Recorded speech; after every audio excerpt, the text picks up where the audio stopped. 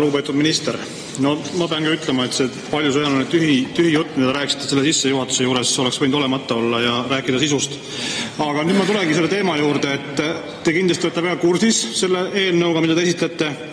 Ja kuidas see aitaks siis kaasa sellisel juhul, nagu me teame sedasama Eesti 200 Slava Ukraini ja Johanna-Maria Lehtme kaasust, kus sisuliselt mitu teie liiget täna on Riigikogus tänu sellele, et üks Eesti rahvalt raha välja kelmitanud inimene läbi Slava Ukraini siis tõi teile need kohad, et kuidas see praktiliselt sellisel skeemil siis välja näeks, mida see aitaks täna sellise kaasuse uurimise puhul, kui see seaduse eelnõu vastu võetakse, et kuidas see oleks parem siis, et kas te oleks saanud siis Lehtme kuidagi paremini sinna ERJK-sse, oleks saanud Ukrainast tuua siis neid asjaosalisi paremini sinna, kuidas see nagu päriselt aitaks ja mis see tulemus oleks, kas võiks tulemus olla ka lõpuks see, et näiteks paar liiget peaksid Riigikogust taanduma, kui tegemist on inimesed, kes kelmitas raha välja Eesti rahvalt, et mis see lõpptulemus võiks olla sellise kaasuse puhul?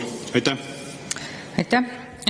See küsimus ei olnud üldse seotud selle eelnõuga ja samuti ei olnud selle küsimuses toodud asjaolud ka kuidagi seotud erakondliku tegevusega.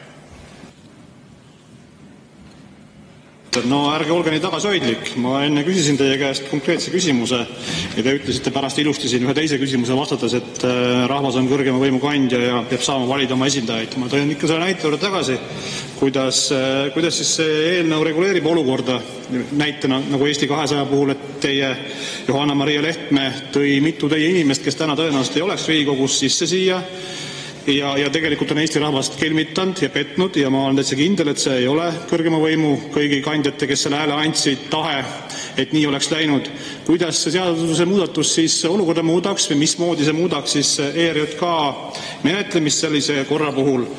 Et mismoodi see välja näeks? Palun tooge praktilisi näiteid, et meil on siin palju inimesi, kes vaatavad seda ülekannet ja ei ole mõtet rääkida mingi üldist juttu, rääkige praktiline näide on olemas, te teate väga hästi seda ise väga lähedalt.